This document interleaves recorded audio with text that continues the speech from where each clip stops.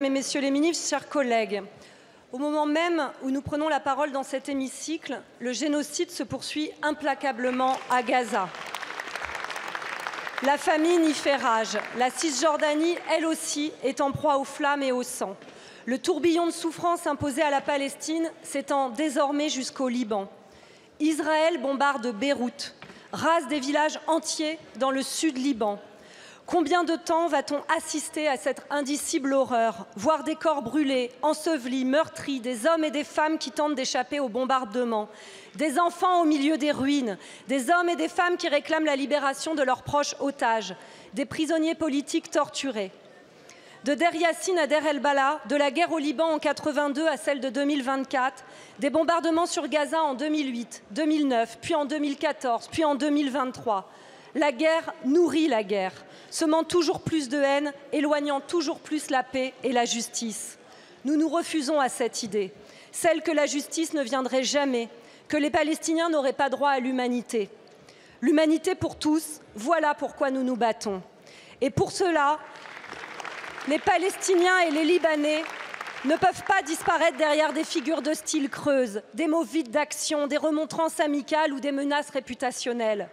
Les attaques contre les casques bleus ne sont pas simplement un crime de guerre parmi tant d'autres dans ce conflit. Les casques bleus sont les derniers témoins des exactions commises et ils incarnent le droit international, un droit qu'Israël foule impunément.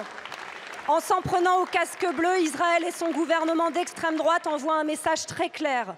Ils iront jusqu'au bout en exterminant tout obstacle à leur projet d'extension.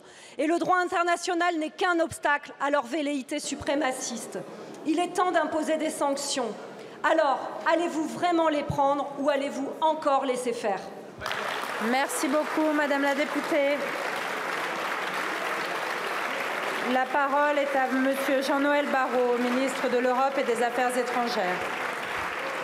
Merci Madame la Présidente, Mesdames et Messieurs les députés, Madame la députée.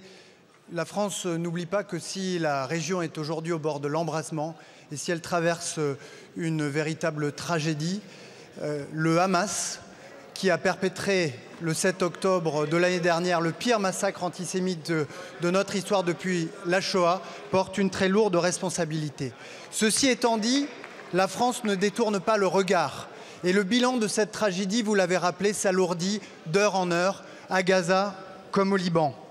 À Gaza, 15 morts dans le bombardement d'une école avant-hier, 4 morts et une quarantaine de blessés, dont des femmes et des enfants, dans le bombardement de l'hôpital des Martyrs d'Al-Aqsa hier.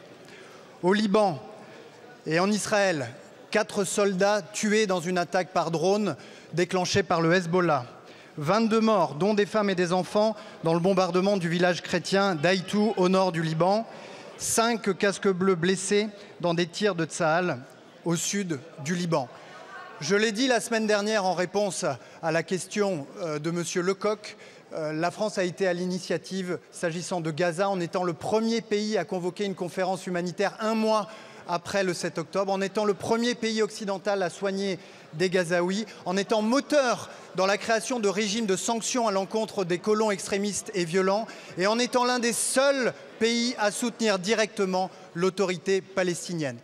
Mais puisque vous évoquez la situation des casques bleus, permettez-moi de me joindre à ce que vous avez dit en dénonçant ces attaques qui sont une violation manifeste du droit international. C'est la raison pour laquelle le président de la République, avec ses homologues italiens et espagnols, ont dès vendredi condamné ces attaques. Ces attaques ont été condamnées également par les 27 hier et par le Conseil de sécurité des Nations Unies hier soir. Et aujourd'hui, le président de la République réitérera ces condamnations auprès du Premier ministre israélien. Merci beaucoup, Monsieur le ministre.